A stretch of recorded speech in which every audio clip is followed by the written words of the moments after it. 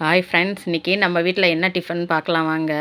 மாவு தீந்துருச்சு, என்ன பண்ணுறதுன்னு யோசிக்கும்போது தான் சரி நம்ம வீட்டில் ரவை இருந்தது ஞாபகத்துக்கு வந்தது. சரி ரவை போட்டு ரவை உப்புமா பண்ணிடலான்னு ரெடி பண்ணியாச்சு.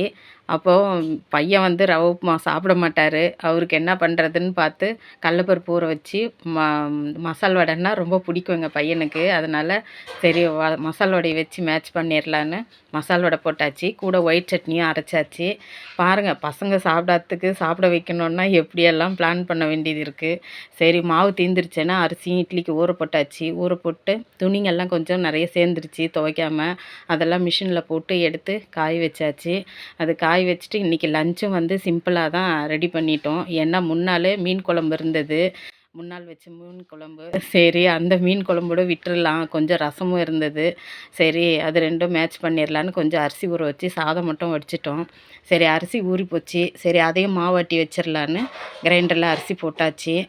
நாங்கள் எப்போவுமே இட்லிக்கு தனித்தனியாக தான் இட்லி அரிசியை தனியாக உளுந்து தனியாக ஊற வைப்போம். அதுபோல் ரெண்டும் போட்டு தனித்தனியாக ஆட்டி கரைச்சி வச்சாச்சு மாவு. இன்றைக்கி மினி பிளாக்கில் இந்த வேலையெல்லாம் முடிச்சிட்டோம். இன்னொரு மினி பிளாக்கில் நம்ம பார்ப்போம்.